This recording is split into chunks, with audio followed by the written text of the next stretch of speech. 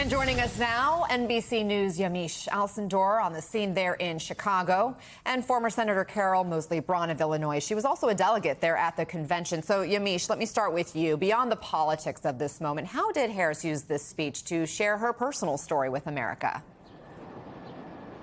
Well, good morning. One of the biggest goals of this speech at the DNC was to really introduce herself, reintroduce herself to America. Sure, people know her as the vice president, but Vice President Harris wanted to come out and really explain to people how she sees the world and why she sees the world the way it is. And a lot of that has to do with the way that she was raised by her mother, a woman who immigrated from India, who came here, who taught her daughter that she should have grit, that she should also make sure that she doesn't tell people that she can't do something, that she should be able to go out and do whatever she wants to do. So she talked a lot about her mom, and I want to play a little bit more of what she said about her mother.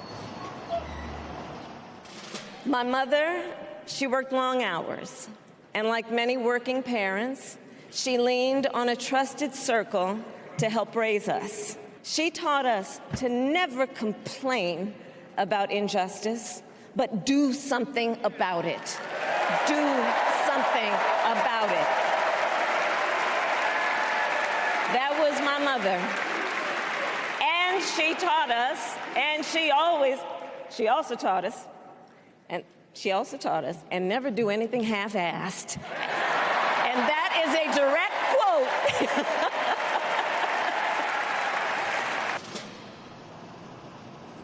And what really was interesting about this is that she didn't speak explicitly about the fact that she's the first black woman, first Asian woman, first woman of color to accept a major party's nomination. But what she said was, again, that her mother told her, don't let people define you. Don't let people tell you who you are. Show them who you are. And in this speech, over and over again, she was showing America that she is the daughter of middle-class immigrants who met at a civil rights rally, and that has informed the way that she wants to help the middle class create what she said, an opportunity economy, and really help all Americans get their piece of the American dream. Yamiche, Harris also discussed some specific policy goals, which many people wanted to hear from her.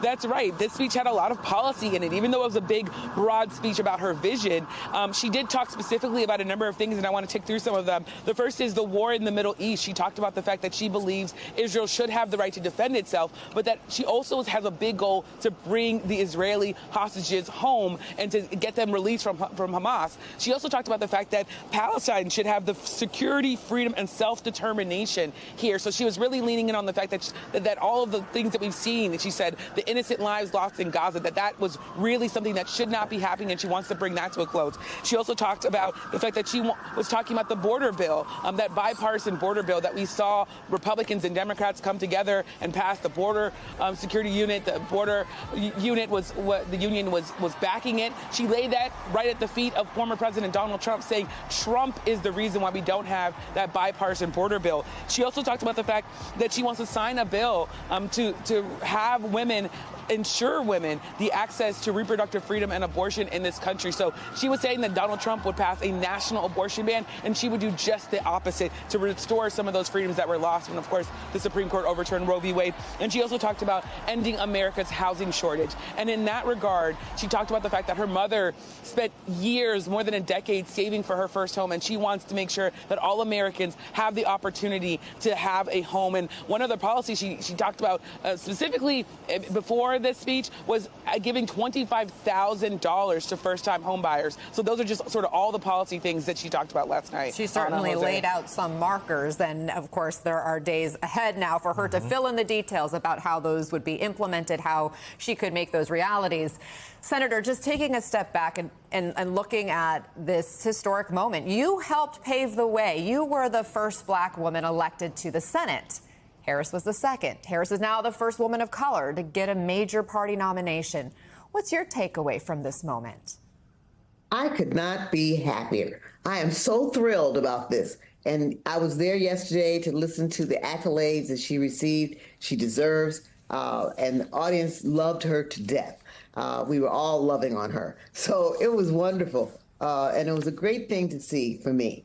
Because and I wasn't the only one, obviously, a lot of women have gone before to pave the way to make this happen for Kamala. and that she is so well qualified and so capable and so ready for the job is just an added bonus. I'm just wondering, I mean, Senator, you were also, you ran for president briefly in 2004. Do you think that the country is different now than it was in 2004, or are there still a lot of barriers and hurdles that remain? The barriers are still there, but the country is different. No, I'm glad you pointed that out. That is exactly the difference. We've got a different moment. The country is ready to move forward, I think, and we won't go back. I think that's very prescient about the times we're in. People, such as yourself even, young people, are ready to support a woman for president. And I think it's high time, because it's been 174 years since Virginia Woodhull ran for president. So it's been a long time coming, but it's well worth it. This woman is so well qualified, so highly principled, so ready for the job. And she's been an understudy to Joe Biden for the last, 4 years, yeah. So she has it going on. I'm just delighted. Ladies, please stay with me. I also want to bring in Vanderbilt University distinguished professor Michael Eric Dyson in Washington. Professor, Democrats around Vice President Harris have mentioned that glass ceiling, the racial and the gender barriers that she could break if she is the next president of the U.S. But it's interesting because the vice president hasn't really leaned into that narrative as much as the middle class narrative that she talked so much about at her speech. Let's listen. My mother kept a strict budget. She expected us to make the most of the opportunities that were available to us and to be grateful for them. Because, as she taught us, opportunity is not available to everyone. That's why we will create what I call an opportunity economy where everyone has the chance to compete and a chance to succeed. My takeaway, her message there, not about her being the first and that being sort of the standalone, but more a message of my life was like millions of Americans' lives. What's your view of that approach? Well, I was there all week, just arriving here in D.C., and I was there last night. It was a remarkable speech. Her strategy, I think, is well taken and well advised.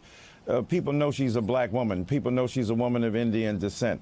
People know that people are arguing about the pronunciation of her name, arguing about her blackness. There's plenty of racial dialogue around Vice President Kamala Harris.